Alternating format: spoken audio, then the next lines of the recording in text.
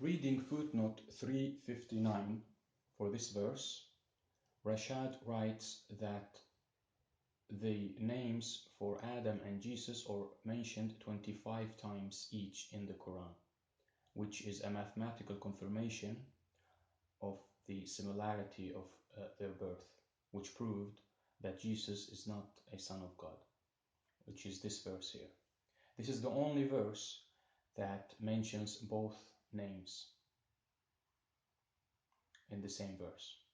Okay, so when we put the name Adam in this table and the name Jesus in this table here, we notice that the verse 359, the important verse where God says, as far as God is concerned, the similarity of Jesus and Adam is the same. He said, be, and they was. And he was. So this verse is on the 7th place in the Quran. Okay, 7th mention of the names. Now, if we go down to the 19th mention of the names, we will notice that both the name Adam and Jesus are mentioned in chapter 19. However, it's not in the same verse. But between this verse and this verse, if we go backwards, because this is 58 here, it's higher number than that. So if we go down or if we go backwards, starting point at this verse, so inclusive between this verse to that verse, we will have 25 verses, which we see that there is a pattern from God about the number 25.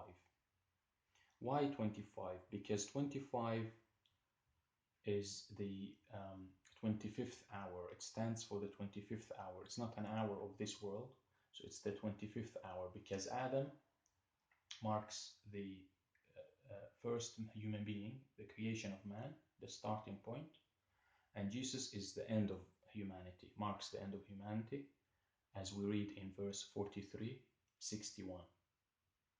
So when we went back from this verse to that one, it gives us a hint that if we go backwards,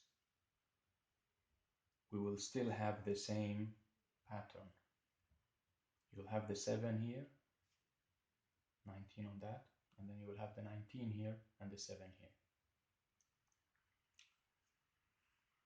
And this is a very important verse. This one says that this is the truth about Jesus, which they will continue to doubt. And this one says that these are God's messengers, Adam, and names other names as well. So that Jesus is just a normal messenger, just like Adam and the rest.